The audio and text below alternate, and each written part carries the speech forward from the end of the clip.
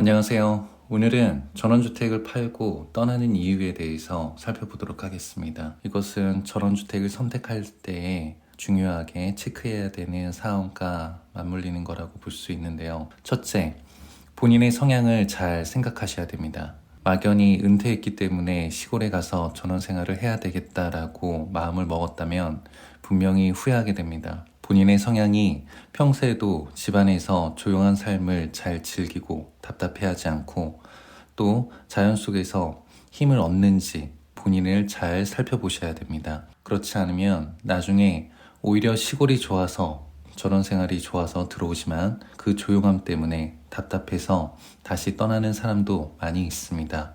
두 번째로 전원주택을 팔고 떠나는 이유 또는 전원주택 선택 시 중요하게 체크해야 되는 사항 두 번째입니다. 그 두 번째는 바로 입지입니다.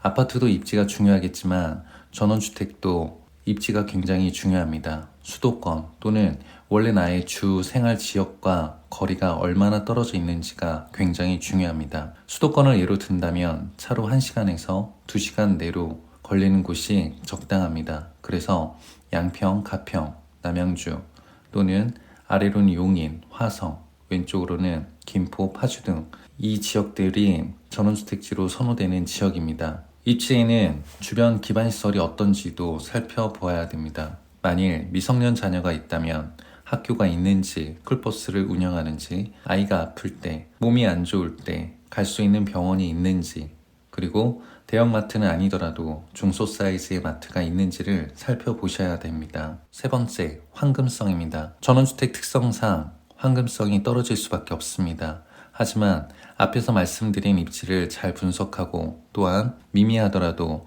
주변 물건들이 거래가 되고 있는지를 실거래 건수와 가격을 확인하신다면 시세 차익은 아니더라도 최소한 상가격 아래로 떨어지지 않는 가격으로 대팔 수 있습니다. 물론 이전 영상에서도 말씀드렸지만 직접 토지를 구매해서 개발행위 허가 등을 받아 직접 건축을 한다면 그 자체로 좋은 재테크 또는 사업이 될 수 있습니다. 마지막으로 어쩌면 전원주택을 팔고 떠나는 이유 중에 가장 중요한 사유라고 할 수 있는데요. 그것은 주민들의 의식 수준과 생활 수준을 체크하셔야 되는 것입니다. 내가 들어가는 곳에 주변 사람들이 토착민이 많은지 또는 외지에서 오는 사람들이 많은지 그리고 그 연령대가 은퇴한 사람들이 많이 오는지 아니면 미취학 자녀 또는 초등학생 자녀들이 많은 30, 40대 부부들이 많은지 이런 부분까지도 잘 체크하셔야 되고 이러한 부분을 체크하는 이유는